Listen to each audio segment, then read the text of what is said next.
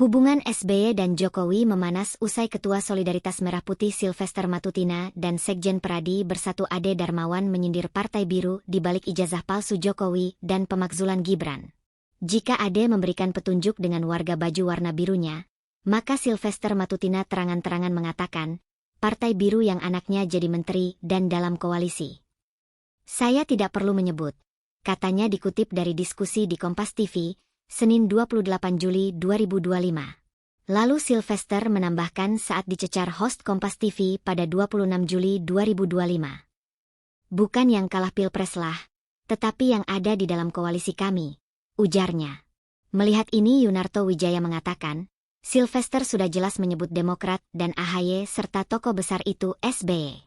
Padahal Jokowi tidak menyebut, tetapi ia menduga karena terlalu cinta dengan Jokowi, Sylvester dan Ade menyebut nama. Jika melihat rentetan variabel yang disampaikan Roy Suryo sebelumnya arahnya Partai Demokrat. Apalagi ada kalimat, dari Sylvester, menginginkan anaknya menggantikan. Setahu saya kalau Bang Zulkifli Hasan anak tidak sampai level ke sana. Kalau bicara Dekomrat, maka mungkin saja berbicara AHY. Jelasnya. Totok sapannya mengingat Sylvester jangan mudah menyimpulkan ucapan Jokowi, karena justru nanti membuat Jokowi menambah musuh dalam politik. Padahal Pak Jokowi tidak bicara itu. Kalau itu hati-hati nanti Pak Jokowi menambah musuh, ujarnya.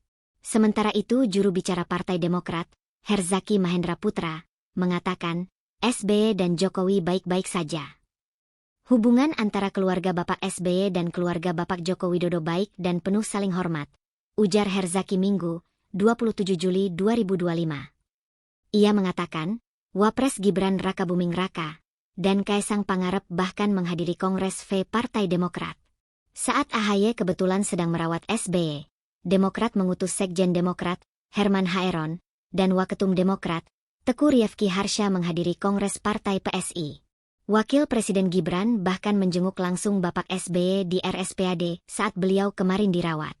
Hubungan ini mencerminkan keharmonisan yang kuat, tidak pantas dijadikan sasaran provokasi, katanya. Ia berharap penjelasan ini bisa meredam isu tak sedap tersebut. Semoga pernyataan ini dapat memberikan kejelasan kepada masyarakat dan meredam upaya adu domba yang tidak bertanggung jawab, imbuhnya. Munculnya isu Partai Biru berawal dari pernyataan Jokowi soal ada orang besar di balik sejumlah isu yang menimpanya, yaitu ijazah palsu dan wacana pemakzulan Wakil Presiden Gibran Raka Buming Raka. Jokowi menyebut bahwa ada manuver politik besar di balik serangan-serangan tersebut. Artinya memang ada orang besar, ada yang backup, yaitu saja, jelas Jokowi, tanpa menyebutkan nama.